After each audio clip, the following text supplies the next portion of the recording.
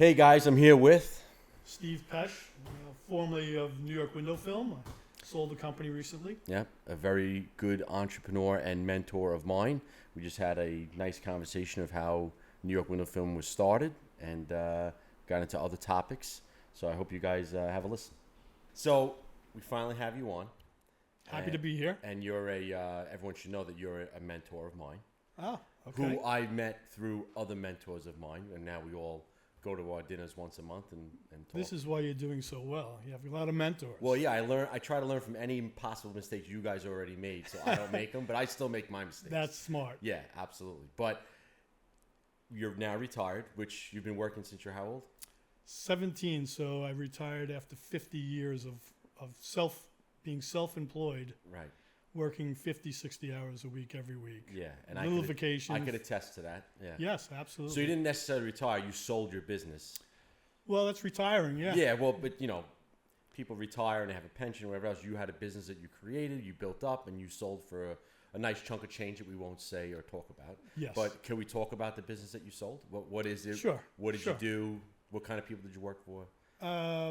Well, the business that I sold was a window tinting business, but we didn't do cars. We just did buildings and homes. And I started that business back in 1990. Previous to that, I was in 1985, I started an auto tinting business. Right.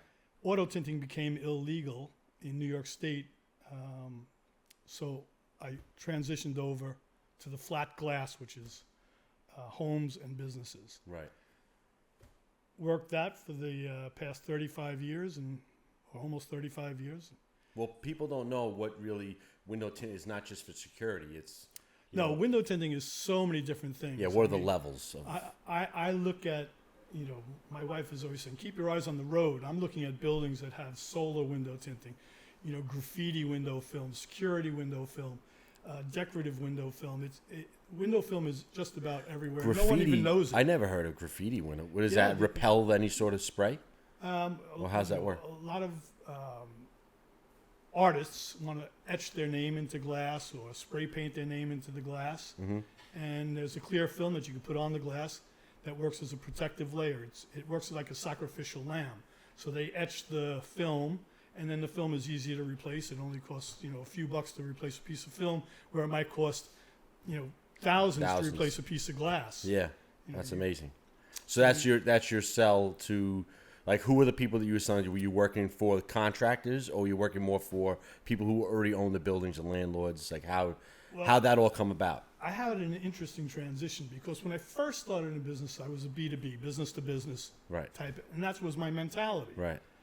And that was back in 1974, and that transitioned over the years till 1985 when I became a business to consumer with the auto tinting and detailing business. And that was like a whole different world. You had to, you're not dealing with other business people, and it's not how much money you can make them. It's now how good of a job can you do for the consumer. Right. So that was like 1985. So switching at a good price too, because obviously people shop around. You had you had to not only sell yourself, you had to do a good job, you had to have recognition for what you were doing by the consumer. So that transition took me a while. But by 1990, I had pretty much gotten it down to a science where, now I'm dealing with homeowners and car owners. Right. But in 1990, when New York State outlawed auto tinting, the transition was to flat glass, which was not only residential, films to help reduce fading in someone's home or protect artwork from the sun's rays or skin cancer. It was also dealing with businesses again, because we were not only business to consumer, now we were business to business. Mm-hmm. So that transition was sort of easy for me at that point. Because you already knew it. Right. Now, what do you like? What do you like better?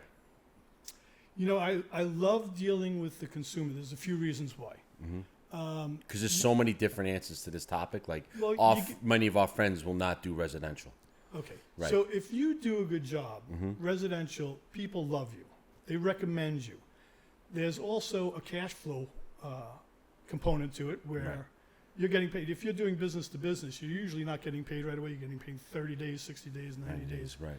Which, if you're... That's a big adjustment if you're going from residential to that. Sure. Yeah. So residential, and plus you get to, in what we were doing, I met so many different great people, movie stars, rock musicians, mayors. It was fun on the residential end. Right. The commercial end is a lot different. The commercial end, the first thing you had to do was be able to make your business customer, you had to be able to make them money. Right. If you weren't going to make them money, they don't need you. The second thing you have to do is you have to make your employees money from that business. Right. So I was third in line. Right. To gather a profit.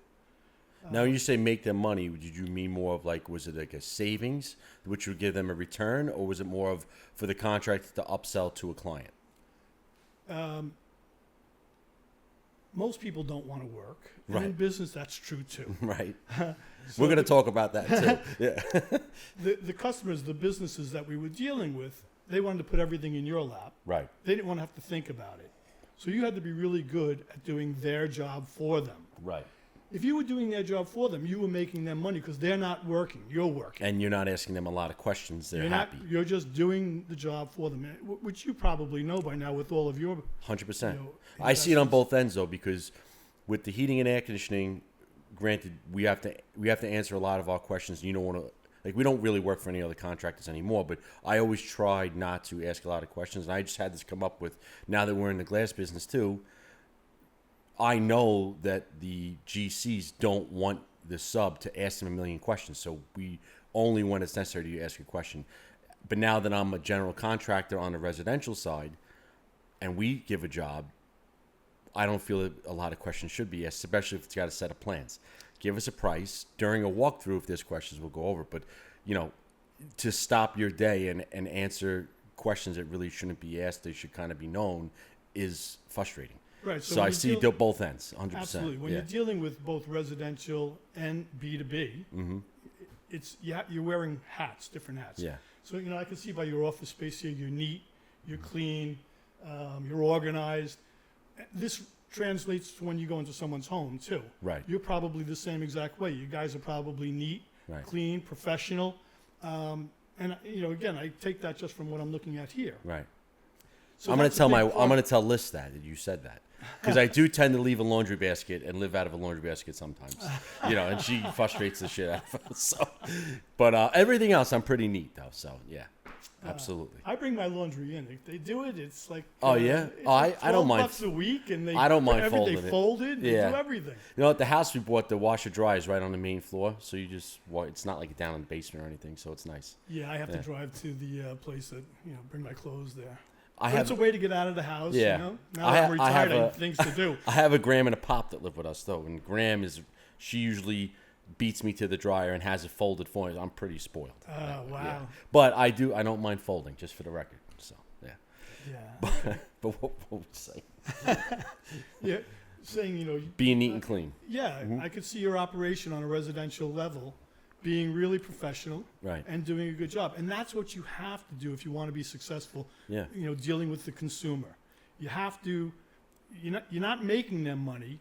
What you're doing is you are creating an atmosphere for them that they're happy to be doing business with you. And, that translates, I did the window film on a residential level from 1990 to 2020, the end of 2023, and I didn't See, I have didn't know one you did that unhappy much customer. residential. You Oh didn't yeah, have that was probably a good 20 to 25% of our of the business was residential. That's And- great. Yes, and we didn't have one unhappy customer.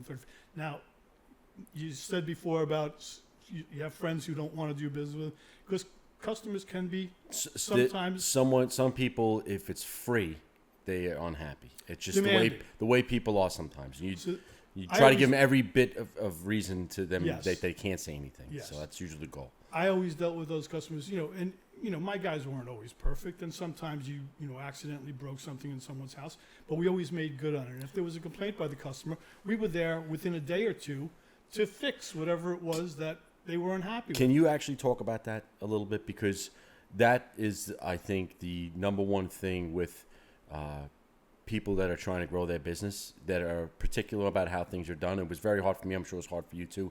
When you start growing a business and taking on more work, you're now trusting employees to go in and do the same job you do, and you do your absolute best to instill that. How'd that transition go for you? Well, you spoke earlier before this started about mentoring, right? Mm-hmm. So we never let a new guy go out by himself. Right. It was 6 months, 8 months before you were able to, and that was only if you were capable of going out. Right. So you were being led around by someone who knew the company policy. Right.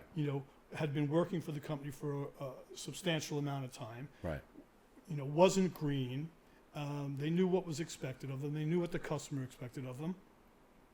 And a lot of times employees, they're working when in a residential atmosphere, they're working for tips also. Yeah. Not that we paid very well, but they still know they can go in and maybe get a few bucks extra Schmooze bucks Mrs. Smith a little bit. by doing a good job. Yeah. So the lead guys would always be able to mentor a newer guy and explain to him what was going on, and report back to me saying this guy's not going to make it, or in every business, I'll call it, you have your framers and your finishers, right? The guys who put up the frame of the building, which not every beam's 16 inches on center. Right. And then you got your finishers who's doing the fine cabinetry. So, we might have had an employee who was a framer, and he can go into a commercial operation and do, 30 big windows in an office space that didn't need, I'm not going to say didn't need to be perfect, but was never going to be scrutinized, right. by care the about consumer. a muddy footprint or something like that. Right. 100%. So that's how we managed to go with, the best guys would get, we had 13 installers when I sold the business, and the best guys would get those jobs that were going to be the most meticulous. Right. So, getting back to keeping the customer happy, we never had a problem, 35 years, never had one unhappy customer, never had one complaint about us, Better Business or anywhere on the internet. Right. And that was because, and you can't please everybody, but in the end, if I couldn't please them, I'd say, keep the job, it's free, Keep the money. and I'm going to give you back your money. Right. And I know we didn't live up to your expectations, and I'm sorry about that. Right. Even though we might have lived up to my expectations, we didn't live up to yours. Right. And I can tell you in 35 years, 34 years, that we had maybe 2 or 3 customers that we gave back money to. Right. Just because it's not even. Because you can't please everybody, right? Yeah. I If you're don't. married, you know that. Yeah. Well, yes, absolutely.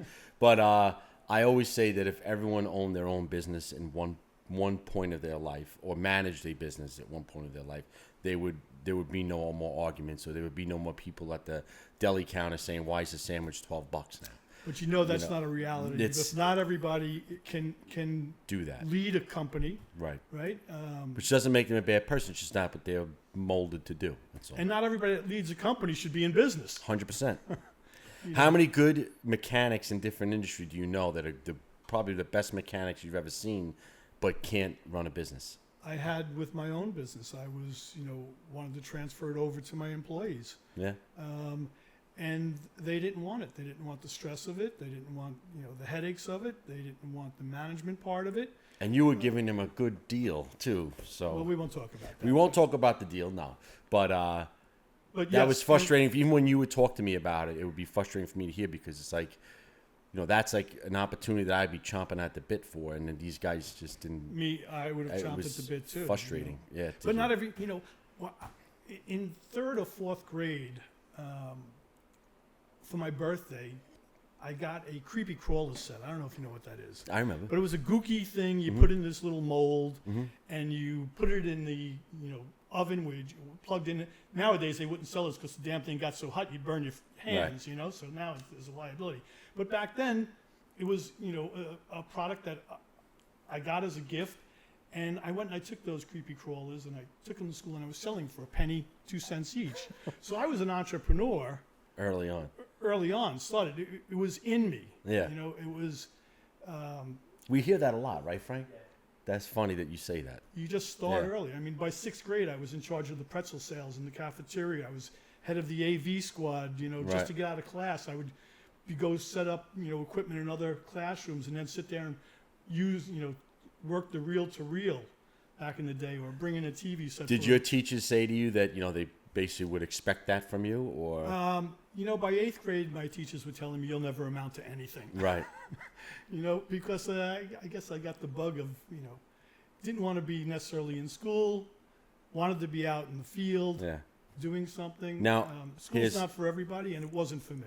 So no college for you, or you did? No, You no, didn't? no college. Right. So you didn't go the college route, and we talk about this all the time because people always say college is furthering your education, but you would disagree with that, right? For some people, you know, I think college in the future is going to be something that's going to be way Well, different than Well, what not we that see it is now. furthering your education, but it's not the only form of furthering your education. Is No, what I mean. there's trade schools now that are opening up. I mean, I have a good friend who's a retired master plumber.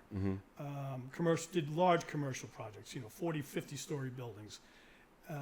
And his trade is dying. There are no union plumbers anymore. Yeah. Another friend, an electrician, retired. You know, these guys are all, you know, I'm 68, so they're my friends. They're all retired or Right. retiring or retired, you know, a few years ago. And there's nobody backfilling. Right. No one wants to get their hands dirty anymore, which there's nothing wrong with that. I mean, out of the 13 installs I had, most of them were high school dropouts or, you know, wayward kids who, you know, might have had, you know, some depression or anxiety issues Right. that we stuck with and built them into, you know, they buying houses and Right. and cars and starting families. Right. You know, you have to give a person a chance, and these people didn't have a chance when they were younger. We gave them the chance, and it turned out to be a success for my company, giving people an opportunity. So nowadays with the trades, you know, college isn't for everybody. I think a lot of people, if were able to get into trades, you see people joining the army or, you know, joining the military because they have no direction. Right. And that might give them a direction. But if they were, you know, when I was in school, we had shop, right? So you can do woodworking, you can Right. do electrical. I don't think they have shop anymore. Some schools do. Some schools have CTE programs, and then other schools send kids to BOCES. BOCES. And I always talk about Sachem High School because they actually build a house every year, and they build it, they sheathe it, they roof it, they put windows in, they What a put the wonderful plumbing, thing. the electric. It's they learn every aspect, and the teacher there is great. And not everybody's going to stick with that. No. And not everybody's going to be doing what they, you know, the guy that put on the roof may not be a roofer for the rest of his life, Right. you know? 100%.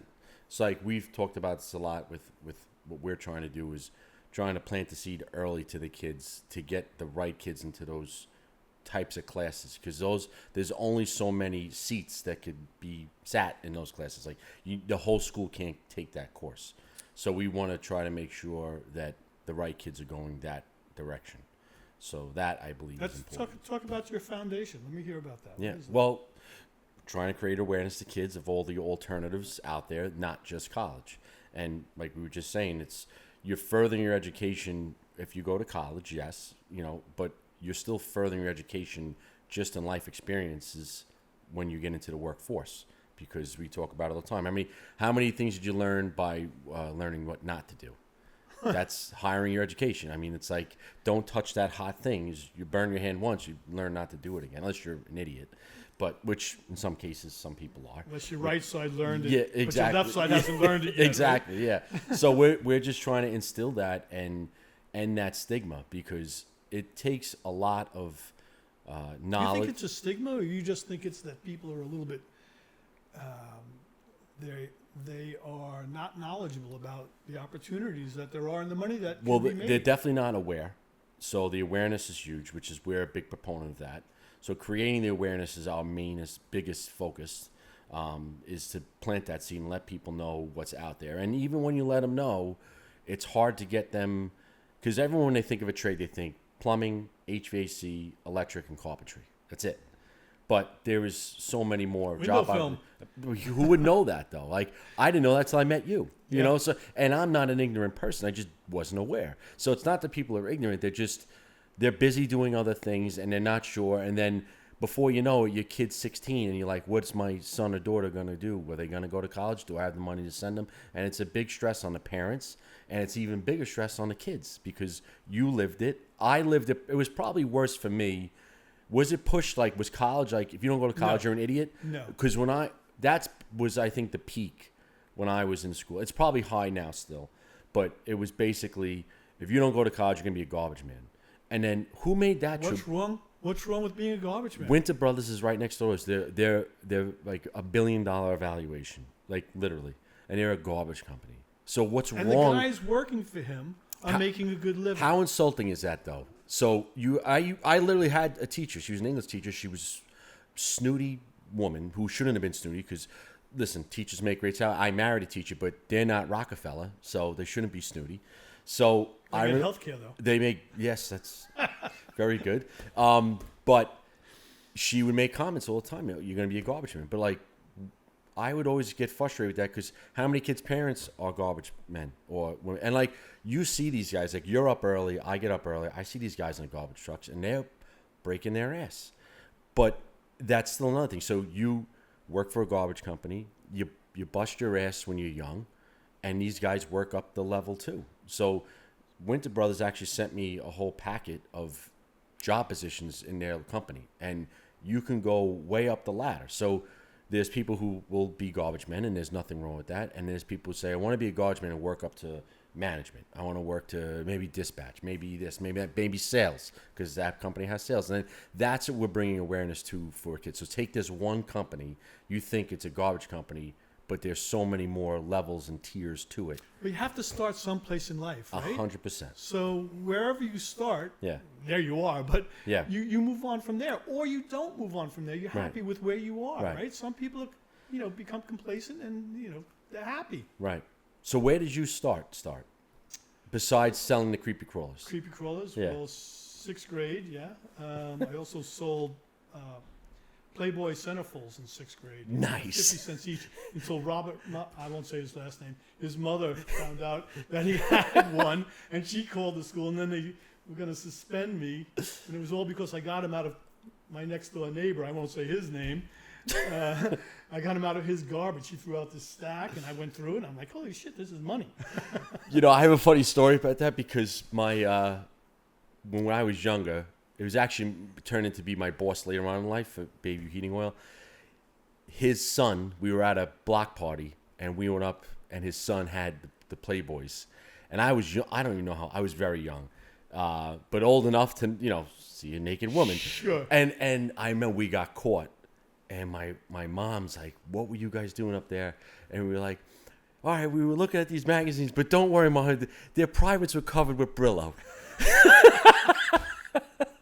So they were older Playboys, and my mom tells that story, all the time now. Like, don't worry, they were all covered, just their tops are showing. Well, I go back to the days when the newspaper had the pictures of Macy's or Gimbel's had the pictures of the woman with a bra on, and that was exciting. Oh, really? That was now in the look at newspaper. us. Yeah, you have Kanye West's wife going to dinner in stockings. And that's it. Yeah. So We've come a long way. Yeah. I was just listening to this other podcast, I forget whose it was, and they were talking about this tribe in South America. Elon Musk, yes, he just got internet service to them. And now all the young people are watching porn all day long. And the elders, they had no connection to the outer world. The elders are all crazy about really? this, yeah. Oh, no good. Community of 2,000 Aborigines or whatever they're called. So Wow. So yes, times have certainly changed, and they're changing for everybody. So now, get into basically after high school. What'd you do? So I started my business when I was 17, my first business. I dropped out of school at 11th grade, went back to night school the year that I should have graduated, and I wanted to go into business. I knew who was going to pay me whatever I thought I might have been worth. Right. So I wanted to go into business. I had that entrepreneurial spirit. You didn't want to be capped. At 17 years old, it's kind of difficult. I went to the bank for a loan for $2,500. It was Chemical Bank, and the guy turned me down. He says, "You're not old enough to take out a loan." Mm-hmm.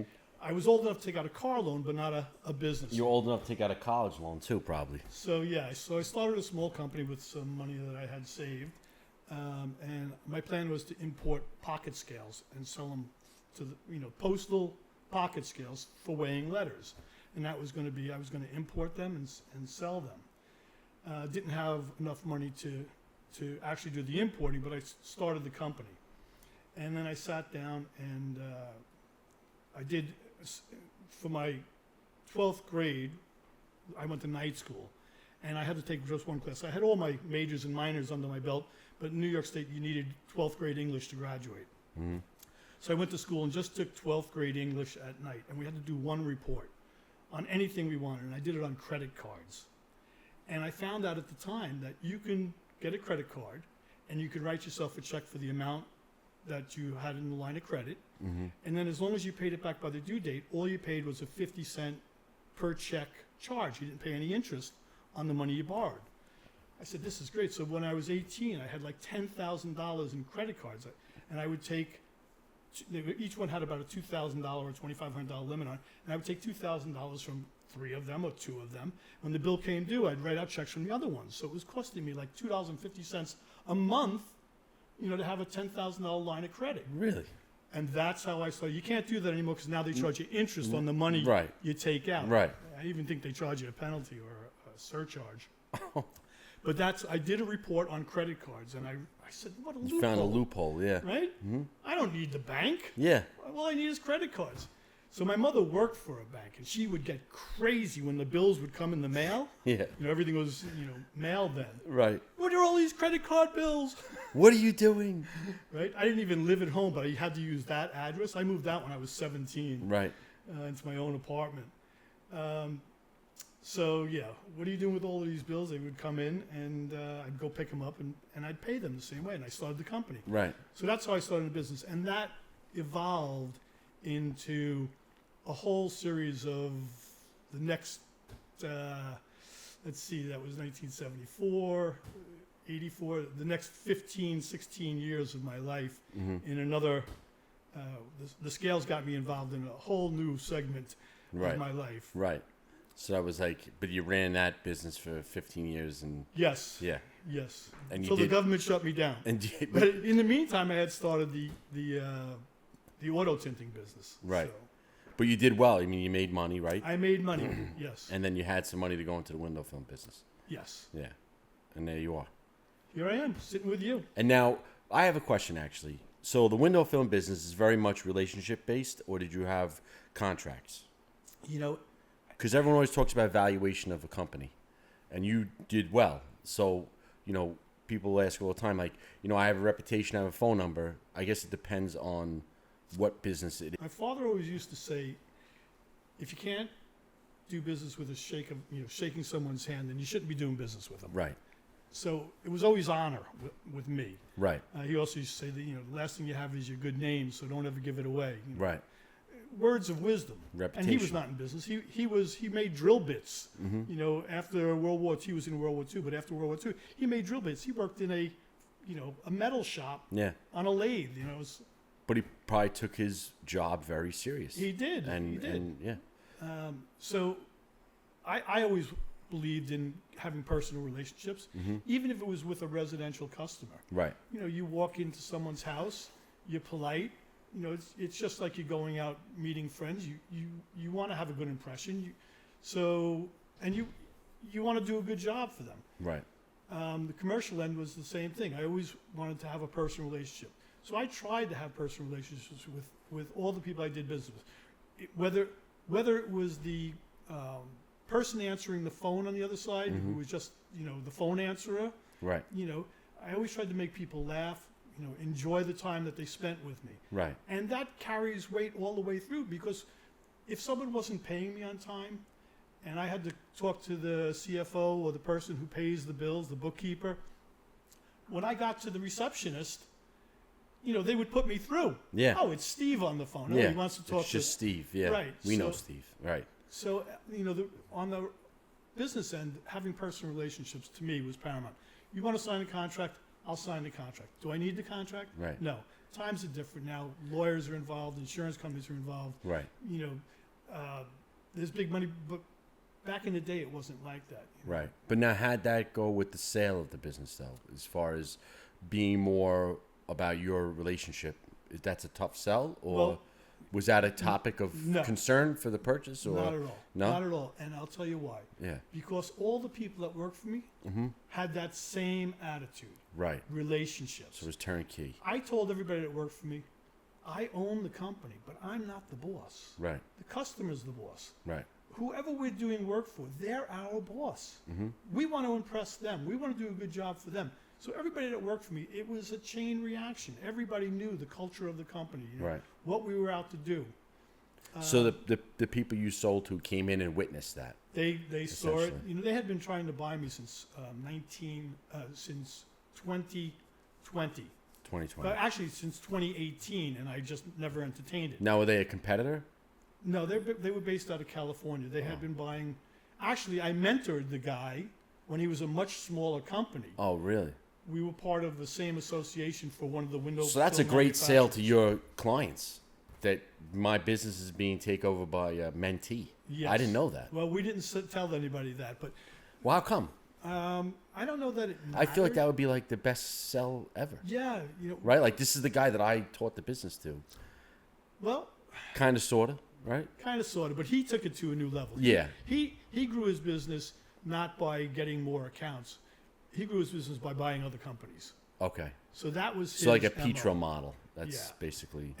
And he was doing a great job of it, and he was buying quality companies. Right. And because the people were they were getting older. Some of these people had been in the window film business 40 years. So he already. saw the opportunity there. And most of the companies are smaller. We're not Right. a big industry, so you have a lot of mom pop Right. type operations. The son might be the installer. Yeah, but you're not. You weren't. We weren't. We were Yeah. one of the largest in the country. At one point, we might have been the largest, or one of the top 3 for sure. That's so cool. But every year we were in the top 10 for sure, mostly in the top 5. Wow. But we're lucky because we were in New York. We had 50 million people living in a 75-mile radius or whatever it is, with the financial capital of the world. We had more universities, hospitals, doctors. This is a great area to do business with. So now, one more And- time, I don't know if you answered this already. Your foot in the door, because people listening to this, your foot in the door to get those relationships, was it word of mouth? Did you market? Well, Did you- initially it was, you go out and you knock on doors. Right. When I started out in the window film business, it was just me. And I realized that I wasn't able to go out and call on people, do the bookkeeping, ordering the film, installing Wearing the too product. many hats. Yeah. Too many hats. Yeah. So the first thing I got rid of was me doing the selling. Right. So I would go to, that's how I started going to B2B. Right. Back to B2B. Right. Business to business, because I would go to people who I felt could sell my product for me. And I So would you'd go to the contractors, basically. Well, I went to glass companies because Oh, that was the easiest. Right. They're reachable people. Right. Right? Glass companies are usually walking They had the around relationship with the contractor. a T-shirt. Right. They've usually got sneakers on or steel-tip shoes. Suspenders, maybe? Maybe suspenders. Raymond. Yeah. So they're very approachable. Uh-huh. So you'd walk in the door and you'd speak to them about what you had and say, give me a call if you ever get, anybody asking for this. So that was my initial marketing. And you would basically let them make some money on you. You made them money. So that's right? a You good had to- sell. So they didn't know anything about So you're going to window offer film. this service you don't offer now that's going to make you more than you make now. That's right. And Genius. all you have to do is say, call this guy. Right. Right? And you'll make money.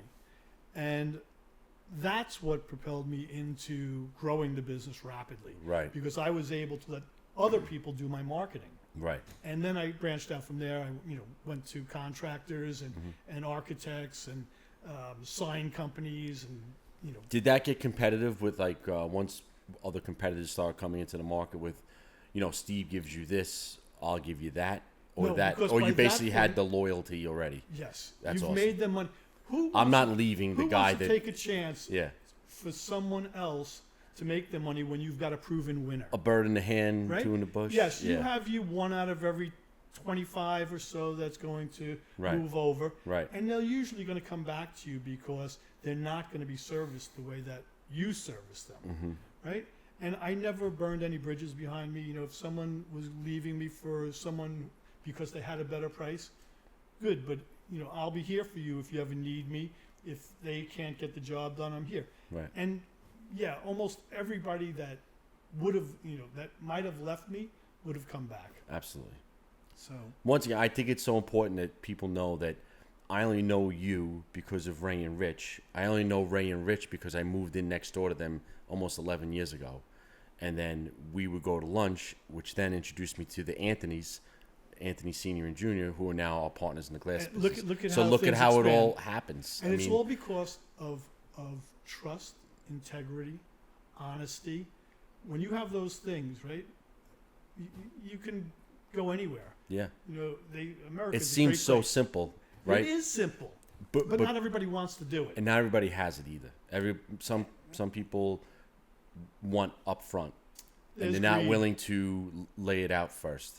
You know, and I think that's like one of the things we really push to these kids. Like, don't go get a mentor and ask them what they can do for you. You gotta go to them and John just Kennedy. suck out whatever information they could possibly have and do for them. Find out what you could do for them to make them remember you. And that's what I tell them all Yeah, the time. absolutely. And that's gonna make some, like, I just had this kid Anthony. From the second I met him in January, he was asking me to detail my cars. He wanted to provide a service. That's what he did. I thought it was cool. I didn't know him then, but I posted a video on Facebook talking about it. And since we had the meetings with the mentorship, he's at every meeting. So I let him come and we washed the cars, and he did an excellent job. I talk about that kid once a week. You know, like, that kid, I'm going to make sure goes to a good company. Well, wherever that's, he that's wants. the word of mouth part. Yes. That when you do a good job, Yep. you know, when you put forth your best effort, Mm-hmm. even if it's not the best that someone can get to, if they're putting forth their best effort, let's give them a hand. Right. Right. Right. Let's help them along. Right. Let's help make them better. That I can't say any more to that, because without a mentor, where are you going to be? You know what I mean? And we all have it in us to be mentors. Yeah. Right? And it's not necessarily just on getting Some business. of us shouldn't even be parents, though. Right. I have mentors that I've never even done business with that are still mentors that I can call on and ask advice. Well, I was really lucky because, you know, when I got into that scale business, I also wound up growing that and having 4 other partners who were all older than me and more seasoned than me. But there was one of the partners he was in his mid-60s when I met him and became a partner with him. And he knew the ins and outs of financial, working with banks, and he taught me so much about buying properly, you know, the art of selling, the financial end, and how important it was to, you know, make sure that you had money in the bank. So he was probably my best mentor. He wasn't the most honest person in the world, and thank God I didn't pick that part up from him. But he, Yeah. Well, he it's- was real old school, you know, compared to me, because I was 20 Yeah. you know, when I met him. Well, the beauty of having a lot of mentors is you don't have to be exactly like any particular one of them. You could pick the best attributes out of everybody and then form your own person. Right. And then you're like this amazing hybrid. That's You know what I right. mean? So Exactly right. and it Well only put. it only gets better as the years progress. Yeah. So Yeah. real quick, what would be your top 3 things that a 17, 18-year-old kid graduating high school should do to progress and maybe get a leg up on the competition? Well, work hard at whatever you do. If it's school, Right. work hard at that. Right. If you don't think you're good in school, find a trade Right. and work hard at that. But work hard. Right. Life isn't easy. It wasn't meant to be easy. You think the hunters and gatherers from years ago had it easy? No, they didn't. You know, Yeah. they were up against. They woolly failed. mammoths. They died if they failed. Yeah. Right. We don't have that Why- kind of pressure anymore. We don't have. But we easy act in like our it. DNA. Yeah. right? Exactly. Yep. You know, I guess we might have laziness in our DNA because that's what causes a person to fail, being lazy, That's going to turn around. not being competitive in what they do. I mean, when I was going to school, you played dodgeball and you picked the teams. Now they don't play dodgeball because it's too dangerous, or you don't pick the teams in baseball because you don't want to hurt the guy who got picked last. Let that guy who got picked last, if he's better at chess, let him go to the chess club. You have to right? learn to lose. Right. How many times Learn your place in life. How many times have you lost or failed? Well, I was the youngest, of 4 kids, but I had 2 older brothers Right. who beat me, abused me, threw me out of the house naked, locked the door on me, shot BB guns at me, and And that's even before you got into the real world. Jesus. I was 10, 11, 12 years old, just getting into puberty, and they're dragging me out of the shower and throwing me out of the naked. That's not cool. But That no, it's obviously not cool, scarred but- you for life.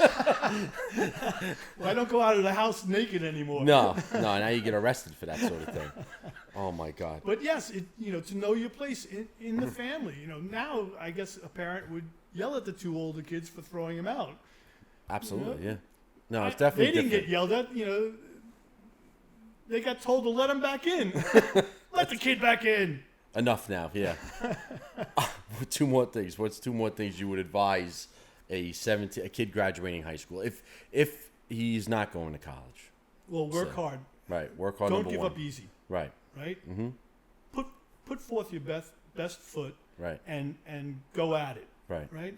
You'll eventually realize that it's not for you, or that there's an avenue here that you can take. So.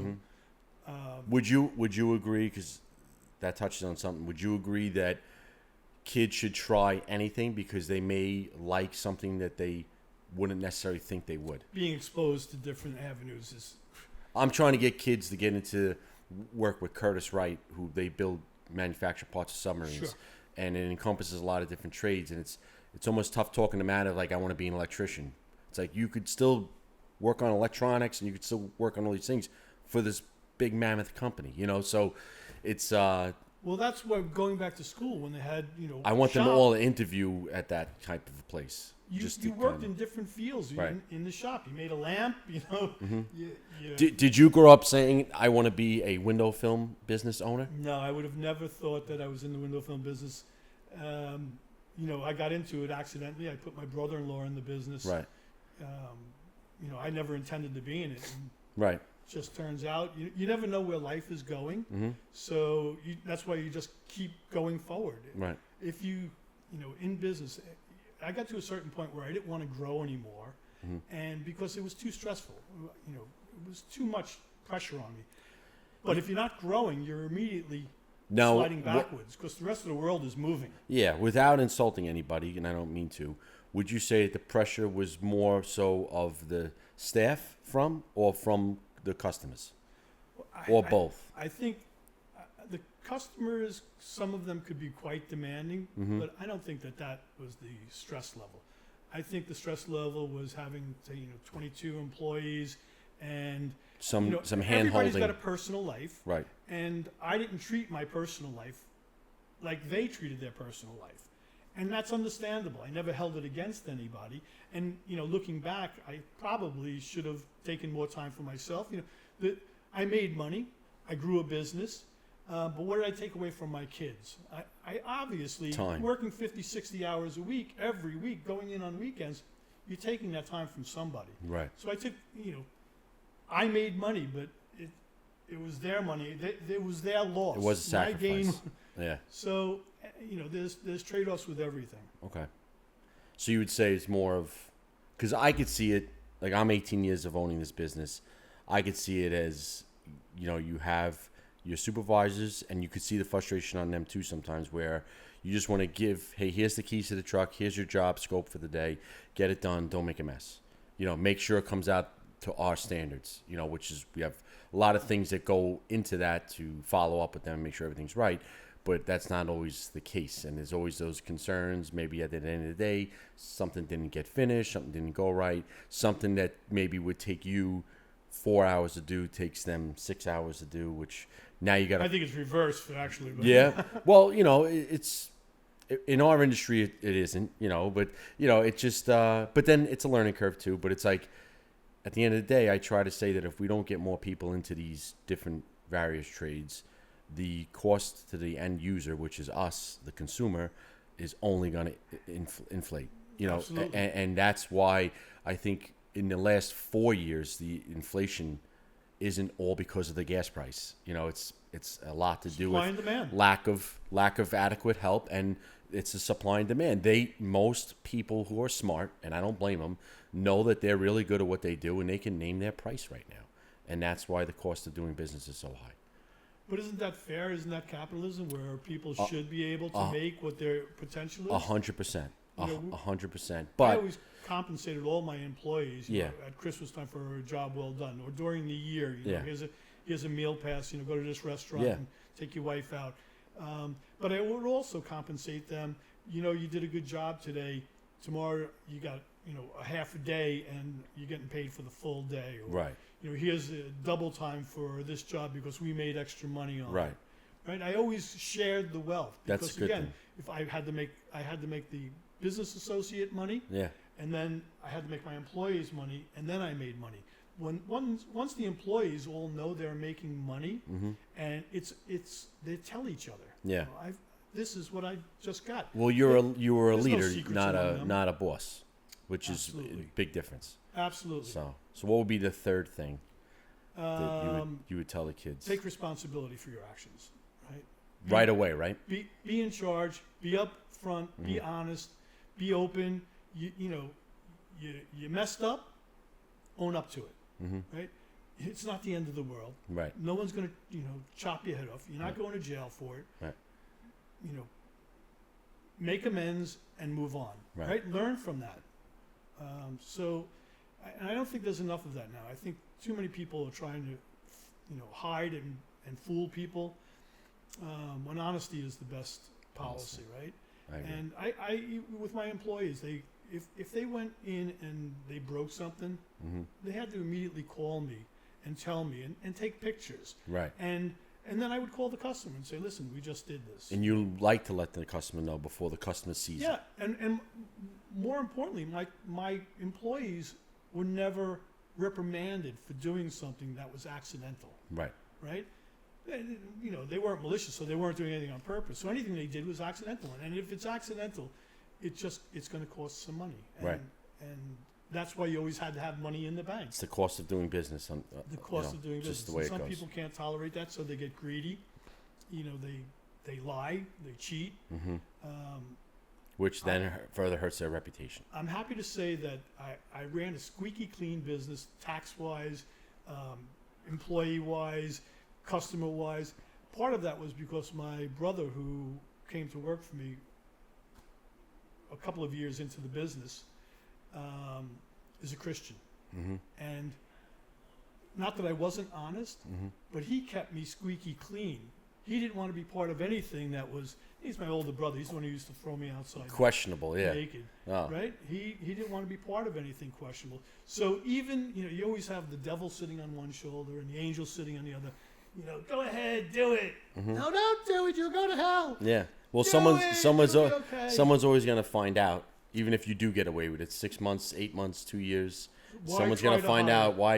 I always talk about that. Mrs. Smith's gonna be at dinner with her niece or nephew that she referred me to, and maybe I forget, and maybe I charge the niece and nephew this much, and I charge Mrs. Smith, and then she questions why is the price different. So you got to be the same all Everywhere. the time. Yep. And we had 1, 2, 3, 4 people doing estimating and sales. Right. Everybody had the same price lists. Right.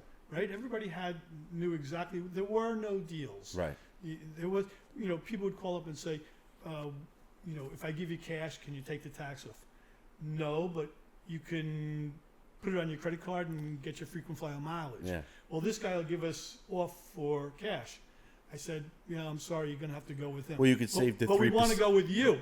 Well, I guess you weren't charging 3% yet view. No, no. Yeah, We never, even when people started doing that, we do. Yeah, we just didn't because do it that. it becomes such a big number. it is a big You know, number. so I mean, it's- we were charging close to $2 million a year Wow. for between residential Yeah, and some commercial. charging. You know, going through our Yeah, that's big money. Yeah. So that percentage was a lot. Everything else was check. Check, yeah, or chase them to get paid. That's good. Yes, some of it you never got paid for, that's for sure. I mean, in all the years that I was in business, I didn't get burned much.